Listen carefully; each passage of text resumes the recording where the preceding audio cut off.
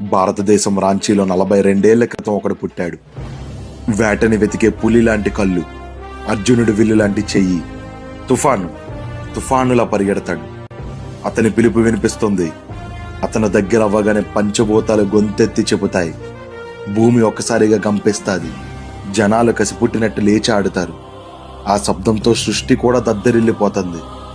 ఎవరిని చూడాలంటే నీ కళ్ళు ఆర్తితో తడవాలో, ఎవరిని చూస్తే ఆకాశం కూడా అద్భుతానికి గురవుతుందో, ఎవరు అడుగుపడితే ప్రకృతి కూడా నాట్యం చేస్తుందో, ఎవరి రాకతో రక్తం కూడా రూపం దాల్చి తుపాకీల తోటం వేగంతో ప్రవహిస్తుందో, ఎవడు చూస్తే భయం చేస్తుందో, ఎవడు తాకితే ధైర్యం వస్తుందో, కాలంతో పని లేకుండా కన్నెత్తితే ఆ చూపుకే సముద్రాలు సైతం శాంతిస్తాయో, భద్రం, అతనికి ఎదురు పడద్దు. పడితే ప్రపంచమంతా ఒకేసారి నీపై విరుచుకు పడేలాంటి నైజం. అతనే మహేంద్ర